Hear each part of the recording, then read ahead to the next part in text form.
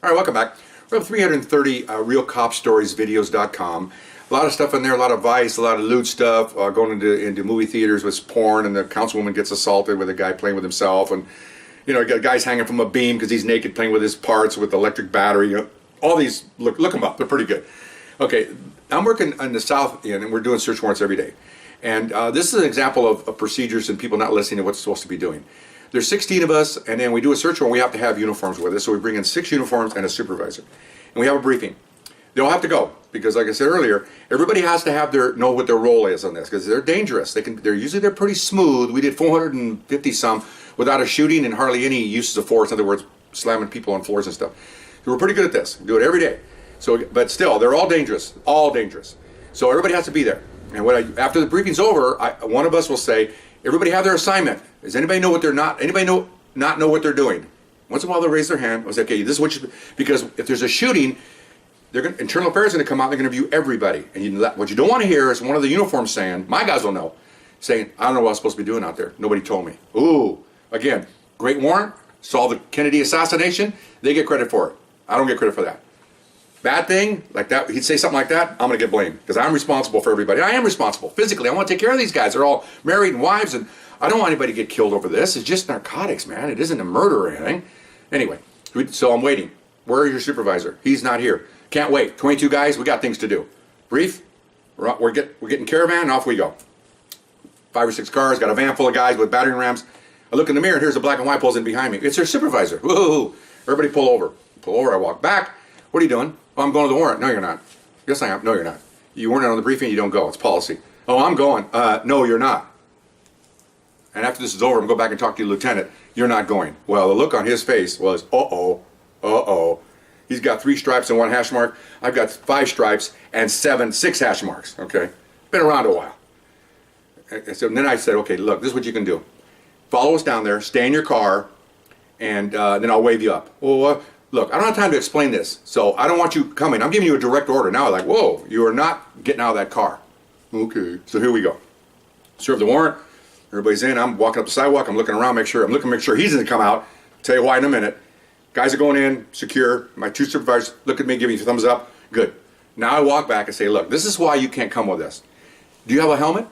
Well, it's in the trunk. Okay. Do you realize that if we get this house and you're with me and we're running up behind the troops and somebody fires a bullet off, do you ever watch television? I told him that. Do you ever know what's going on in real life? Even officers, you shoot and you miss most of the time what you're shooting at. So the guy's going to fire a round off at us. It's going to miss 16 guys, okay? It's going to be one of those Warren Commission bullets from the assassination. It's going to go around the pillar, okay, over the hedge, by me, and take you out right in the head. And then I have to explain to your wife and the department why I allowed you to come along with no preparation, no equipment. No, I don't care if they're going to administratively burn me. I don't want to bury you because we didn't cover the bases. Oh, okay. And so I'm going to go back and tell your lieutenant what happened here. Man, the look on his face. I've said this before on realcopstoriesvideos.com. I've been to Folsom. I've seen guys walk to the gas chamber or electric chair, whatever you want to call it, with a better attitude than this guy. He didn't want to move. He didn't want to, in my language, he didn't know whether to shit or go blind. He just stood there in panic because, oh my gosh, I got a 30-year guy going to talk to my, I could almost hear his head clicking like a Rubik's Cube. So we get done. We head back. I got in my office, called ahead for the big captain, and I go out to the station. We're off site in the parking lot. I go in there, and there's that guy standing there, that sergeant.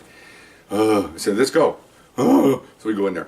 Well, we go in there, and he already called for this guy's lieutenant. He's in there. So I already told you what I told you. The big captain. There's a big captain, a middle captain, and a lieutenant, and this guy. He's not happy. He says, same thing. You get shot, blah, blah, blah, blah. And he goes, and he points to that little sergeant. You are responsible for your actions. You should have been there on time. Well, it was paperwork. I don't care about paperwork. He goes, and if you screw up, he goes like this. Here it comes. There's the lieutenant sitting there. Then you're next. You're going to get it because you just need to take care of him. You got that? He goes, yeah. He says, this is narcotics.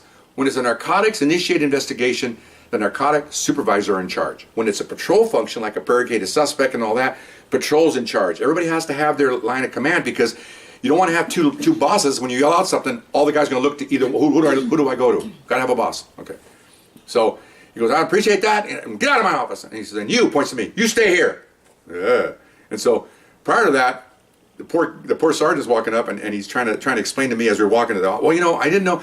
I said, man, and I'll tell you this, I was thinking to myself, this is mind over matter, okay? I don't mind. He doesn't matter, okay? He's one of 35 sergeants in that division. I want to make sure they're all safe. I'm not going to bury somebody because I made a mistake or I overlooked something, okay? 450 some warrants later, we haven't overlooked nothing, zero, because it's a finite, I'm not an English major, thing that we do. You cannot make a mistake. It's not like saying, oh, I'll put 25 cookies instead of 26 cookies in a wrapper. No, this is live stuff. People die over this. Not only us, but suspects. There could be some bad things happening. Everything has to be exact, okay? So he's all mad, like he's mad at me. I went, uh-oh. So I close the door and he just goes, how'd you like that? That was pretty good. I'm going, oh my gosh. He's playing poker, man. He scared the hell out of these guys. They're shaking in their boots. And I go, I thought you were mad at me. No, I'm mad at you. I said, you see how they shook like that? That's pretty good, huh? He goes, I love having this power. He starts laughing. Oh my gosh. I go, well, they're scared to death. Oh yeah. I said, but I tell you right now, those supervisors, when they have their own locker room, they change together, that they're going to spread what happened here today between what you did out there, chewing him out there, because I told him I chewed him, and me chewing both of them, it's going to get out. And I'll tell you right now, they're going to be there early next time. I said, oh, they will. He said, oh, you let me know. If anybody's late, I'll let you know, man. Because we were really tight. He was giving me loanees.